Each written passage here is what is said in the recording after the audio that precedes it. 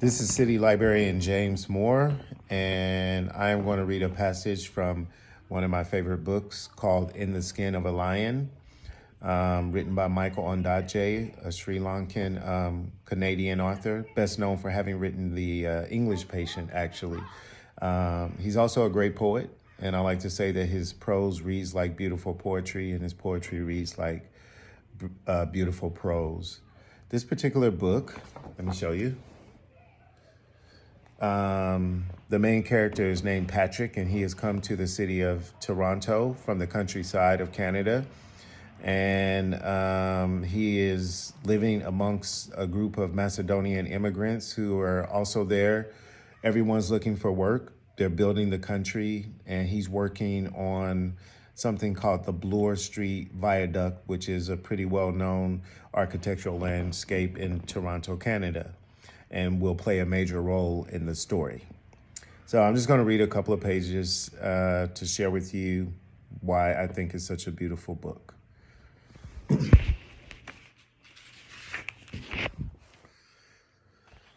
He pinned the note saying Waterworks, Sunday 8 p.m. to the wall above his bed in case he forgot, though it had been his only invitation in 2 years. The cheese stands alone, he'd sing to himself while buying groceries along Eastern Avenue. Patrick loved that song. He found himself muttering, "The farmer takes the dog, the farmer takes the dog," among the Macedonians, as if perfecting a password. The southeastern section of the city where he now lived was made up mostly of immigrants, and he walked everywhere, not hearing any language he knew, deliriously anonymous. The people on the street, the Macedonians and the Bulgarians, were his only mirror.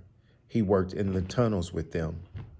He had discovered the Macedonian word for iguana, gushter, and finally used it to explain his request each evening at the fruit stall for clover and vetch. It was a breakthrough. The woman gazed at him, corrected his pronunciation, and yelled it to the next stall.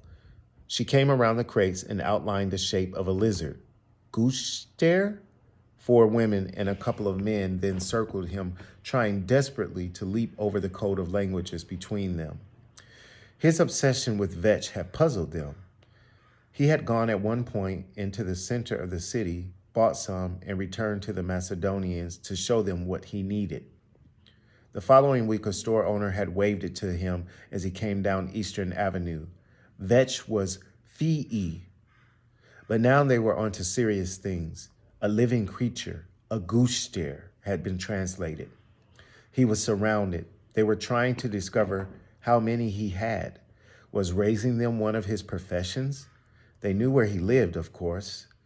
Had seen his yellow light looking down on Wyatt Avenue. Knew he was alone. Knew down to the very can of peaches what he ate in a week. Peaches on Friday. They had sent someone to find Emil, who spoke the best English. And when the boy arrived, he said, peaches on Friday, right? Patrick felt ashamed. They could discover so little about him. He had reduced himself to almost nothing, he thought. He would walk home at dusk after working in the lake tunnel. His radio was on past midnight. He did nothing else that he could think of.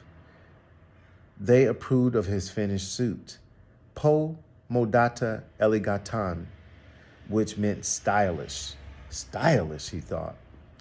He was handed a Macedonian cake, and suddenly Patrick, surrounded by friendship, concern, was smiling, feeling the tears on his face falling towards his stern Macedonian-style mustache.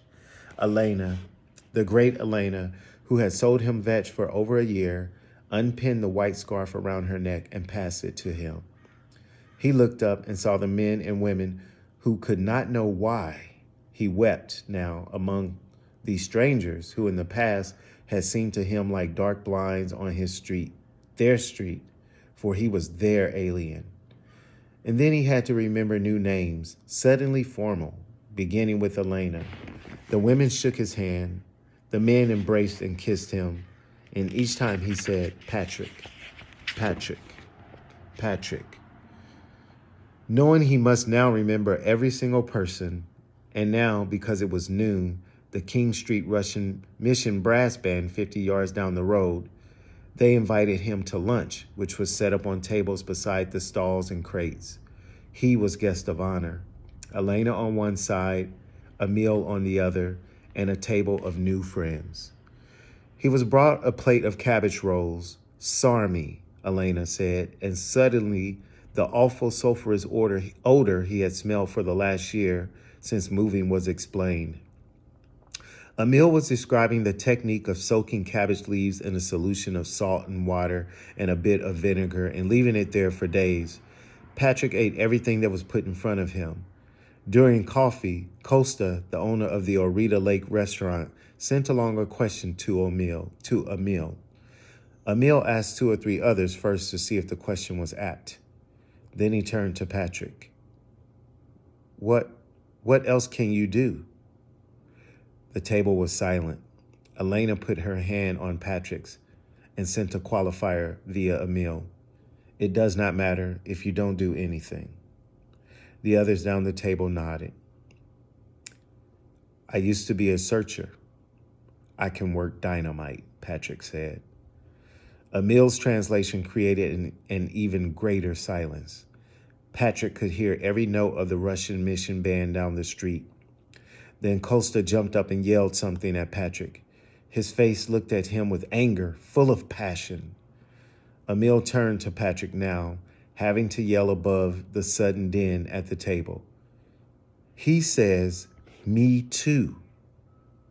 Costa grabbed a round loaf of bread, leapt from the bench, and booted it down the road in the direction of the Russian mission band. Later that afternoon, when Patrick was showing the iguana to the street, the man Costa said, the waterworks at 8, Sunday night, a gathering. Then he drifted away, not allowing Patrick to reply or question the invitation.